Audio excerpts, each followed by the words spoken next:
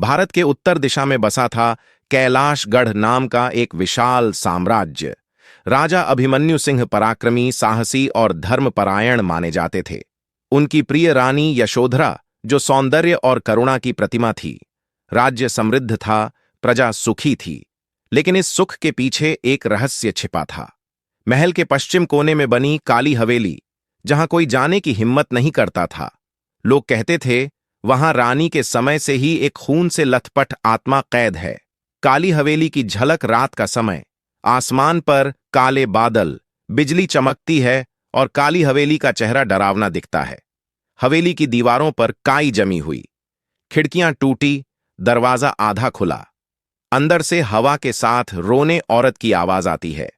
राजा का निर्णय। एक दिन दरबार में मंत्रियों ने कहा, मंत्री महाराज, काली हवेली में आत्मा का साया है, लोग वहां जाने से डरते हैं, आपका नाम तक खतरे में आ सकता है।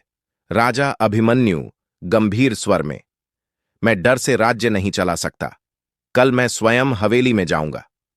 रानी यशोधरा ने रोका, महाराज कृपया मत जाइए, वहां मृत्यु का वास है। लेकिन राजा ने दृढ़ निश्चय किया। हवेली का रहस्य। अगले दिन राजा अपने सैनिकों और मंत्रियों संग हवेली पहुंचे। जैसे ही दरवाजा खोला गया, ठंडी हवाओं ने सबको घेर लिया। मशाल की लौ खुद ब खुद बुझ गई। दीवारों पर लाल धब्बे उभर आए। एक कमरे में जाकर उन्होंने देखा, फर्श पर पुराना खून जमा हुआ और बीचों बीच एक टूटा हुआ झूमर पड़ा था। अचानक काले कपड़ों में एक औरत की परछाई सामने आई। चेहरे पर घूंघट, हाथों में टूटी चूड़ियां और पैरों में घुंघरू। आत्मा का परिचय। वह औरत अचानक बोल उठी, अभिमन्यु, तुमने मुझे क्यों भुला दिया? मैं तुम्हारी पहली रानी मालिनी हूं। सब सन्न रह गए। राजा कांपते हुए बोले, मालिनी? लेकिन तुम्हें तो मैंने 12 साल पहले खो दिया था। आत्मा, नहीं, तुमने मुझे खोया नहीं, बल्कि मुझे धोखे से मार डाला। अब यह हवेली मेरी कैद है। जब तक मैं मुक्त नहीं होऊंगी, तुम्हारा वंश चैन से नहीं जी पाएगा। श्राप का असर। उस दिन के बाद से महल में अजीब घटनाएं शुरू हो गईं। रात को सैनिकों की चीखें सुनाई देतीं। खून से सने पदचिह्न गलियारों में मिलते। महल के बच्चे बीमार पड़ने लगे। रानी यशोधरा डर में डूब गईं। प्रजा ने कहना शुरू कर दिया, महाराज का राज्य श्रापित हो चुका है। सीन 6। तांत्रिक का आगमन। राजा ने एक तांत्रिक बुलाया, अघोरी भैरवनाथ। उसने कहा, मालिनी की आत्मा निर्दोष है, उसे झूठे आरोप में मरवाया गया था। जब तक उसकी आत्मा को न्याय नहीं मिलेगा, यह श्राप नहीं मिटेगा। सच्चाई का खुलासा। राजा ने पुराने लेखों और गवाहों को बुलाया। सच सामने आया। दरबार के षड्यंत्रकारियों ने मालिनी को व्यभिचार का झूठा आरोप लगाकर मरवाया। राजा ने बिना जांच किए सज्जा दे दी थी। सुनकर राजा फूट फूट कर रोने लगे। हे मालिनी, मैंने तुम्हारे साथ अन्याय किया, क्षमा करो राजा।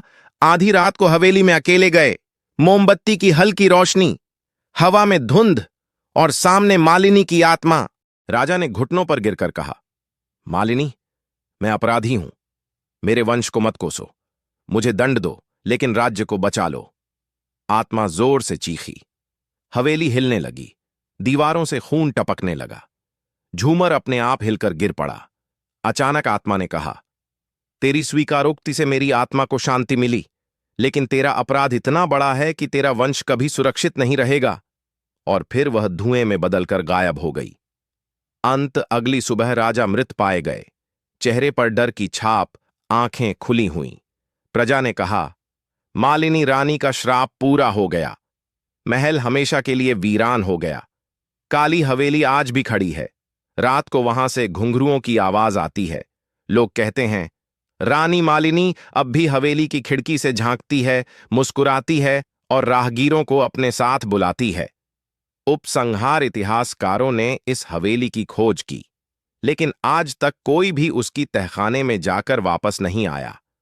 कहते हैं, जो भी काली हवेली की कहानी सुनता है, रानी मालिनी उसकी परछाई में शामिल हो जाती है।